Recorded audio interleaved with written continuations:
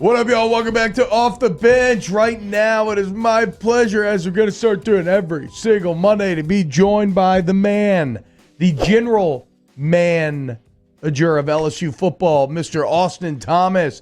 AT, what up, dude? What's up, T-Bob Jacob? How are y'all this morning? We're doing Good. very well. I know you're a super high energy guy. I can already feel it in you on this Monday morning, Austin. One scrimmage in the book, one spring practice, 1 week, I should say, of spring ball in the books as well. Now that you're on the other side of the first week of action, how's everybody feeling up there? Man, it's been crazy. It's hard to believe. Coach O and I were talking about it this morning that we've already gotten a week down. We're already 3 practices in, but you know what? There's been great energy from our staff and our players, and I think when we started this spring, Coach O challenged everybody to really, bring the energy to give to our players and invest in our players, and I think you can feel that from the top down, man. We went, Tuesday and Thursday in helmets only, and it kind of felt like full padded practices because we had to slow the guys down a couple of times just to make sure they weren't running into each other and hurting each other. But then we got it on Saturday, man.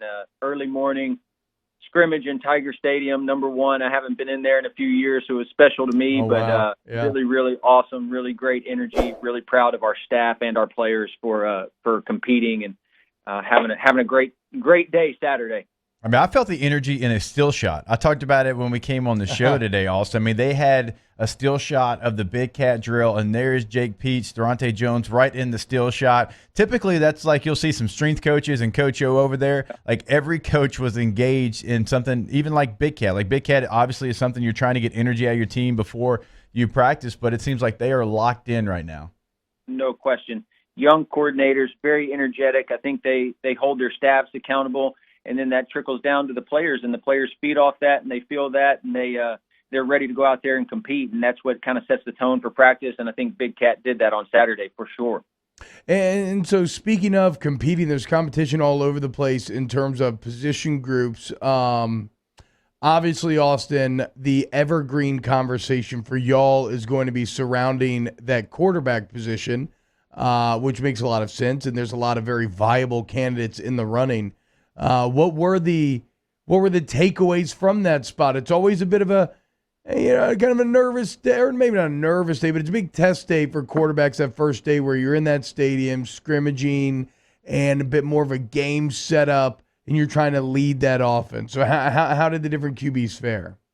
You know what? I think they all did really well. I think that, we're going to look at the film as a staff this morning and kind of see where it all lands. But, the first 3 guys that are not true freshmen is Nussmeier just coming in mid-year, but the first 3 guys in Miles and Max and TJ, they all have some playing experience. I wouldn't call it a lot. So each of those guys, they have a comfort level with the offense. They have a comfort level with their coaches and the command of what we're trying to do and getting the ball to our playmakers in space and putting stress on the defense and trying to, force those guys to make full-speed decisions at some pressure points. But all 3 have done a really, really tremendous job. And, as Coach O said and Coach Peets has said multiple times, we're just going to play it out and the best man will win the job. But really proud of the job that all 4, really that room is as deep as in my 6 years, here in a couple different stints has been. And so really, really impressed with that group and looking forward to watching the spring unfold and see where it goes. And Austin, you're always great with like kind of the I don't know exactly how to verbalize what I'm thinking, but kind of the big picture, right? Maybe like what are the philosophical goals? What are we trying to accomplish? And so when you approach spring ball, what is the philosophical goals of LSU football? What are y'all setting out to try to do with this period of the offseason? I think first and foremost, from a staff standpoint, it's about communication.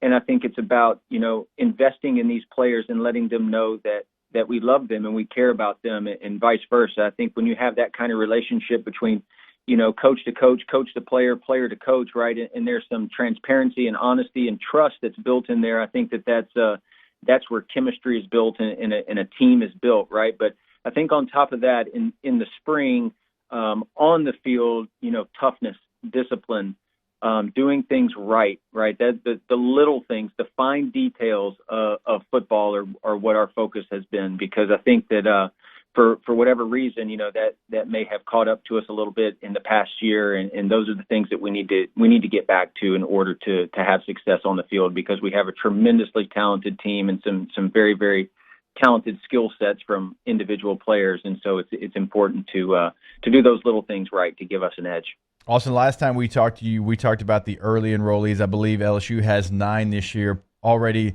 involved in spring practice. But anytime we bring that up, Derek Davis is like one of the first names that come out of any coach's mouth, offense or defense. This is someone that seems like he is not surprised the coaching staff, because obviously you recruit him, you get him down to Baton Rouge from Pennsylvania. But I think everyone's been surprised just how quickly he's adapted to college football. 100%. And, you see some of those guys at times that they get here and all of a sudden the jump isn't quite as big as it is for some others. Right. And Derek Davis has been that way, man. He has been a student of the game.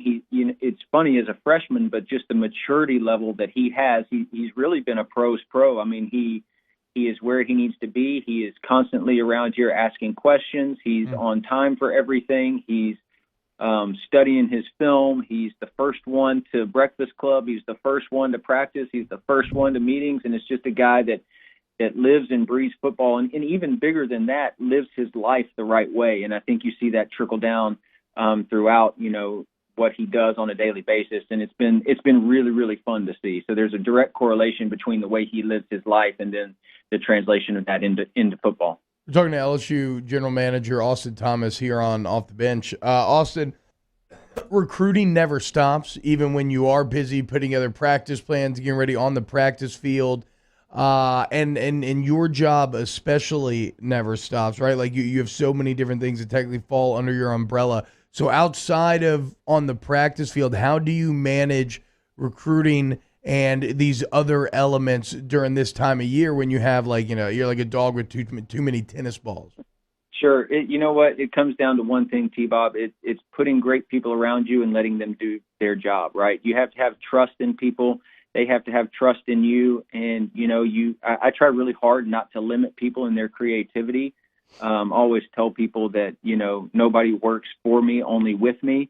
And I'll provide guidance, but you have to give people some room to run. And so I think that's what allows people to grow. And I think that's what brings them fulfillment. But I can honestly say it has nothing to do with me. It has everything to do with the people around this building, whether that be, Sharon and Kiva and Olivia in recruiting, or, a couple of the personnel guys that we just hired in J.R. Belton and Will Redmond and Cody Belair. Those groups coming together and just making sure that everybody has an understanding of what we're trying to accomplish, and then you let them run. And when they come, you give guidance, but at the same time, you have a lot of trust and faith in those people to do their job and do it well. So are y'all managing, because spring can also be a time when this can heat up, like here in a couple weeks by the end of spring?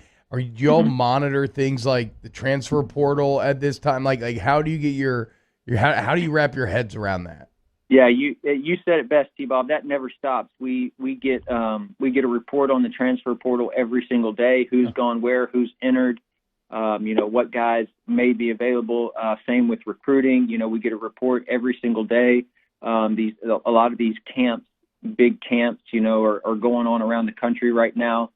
Put on by some of these recruiting services. That's the first thing we go over as a staff. We look at the measurables. We look at body types. We look at camp film and just make sure that we are continuing to do our due diligence, even in the midst of spring. As you said, a lot of the coaches, they're busy, right? And we want them to be invested in our current players, because the most important player you have is the guy that's here on campus. And so at the same time, we have to have enough sense and enough understanding to go and make sure that we are not dropping the ball and nothing slipping through the cracks as far as recruiting in our organization and just the efficiency of the way that we're doing things during this time, because it's a very, very busy time for all of us.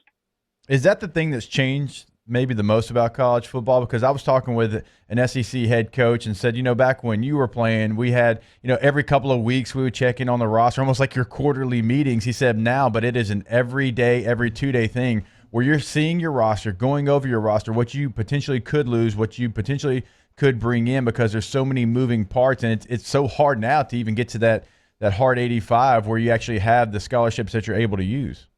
Absolutely. We talked about it, I think, last time, Jacob, is just that, you can do everything right. And with the way that college football is set up today, you can do it all right and still be at a deficiency in some places. And so I think it's, as you said, you have to do it every day. You have to evaluate your current roster every day. You have to evaluate your recruiting class every day and just make sure that, you're fitting the pieces together and that you're not just collecting talent, that you're building a team. Right. And so I think that's vitally important in what we're doing. And so as you go through spring and you watch these guys that are here, surprise you, and some of them, they take the fundamentals and technique and they get better. And you got guys that come out of spring football, even after a week, that have come out of a week looking like a different player than they did going into the expectation that we may have had starting last Monday or Tuesday. Not just collecting talent, but building a team. Ooh, it's a good line right there, Austin. Austin Thomas, LSU football general manager. AT, thank you so much for waking up with us on this Monday morning.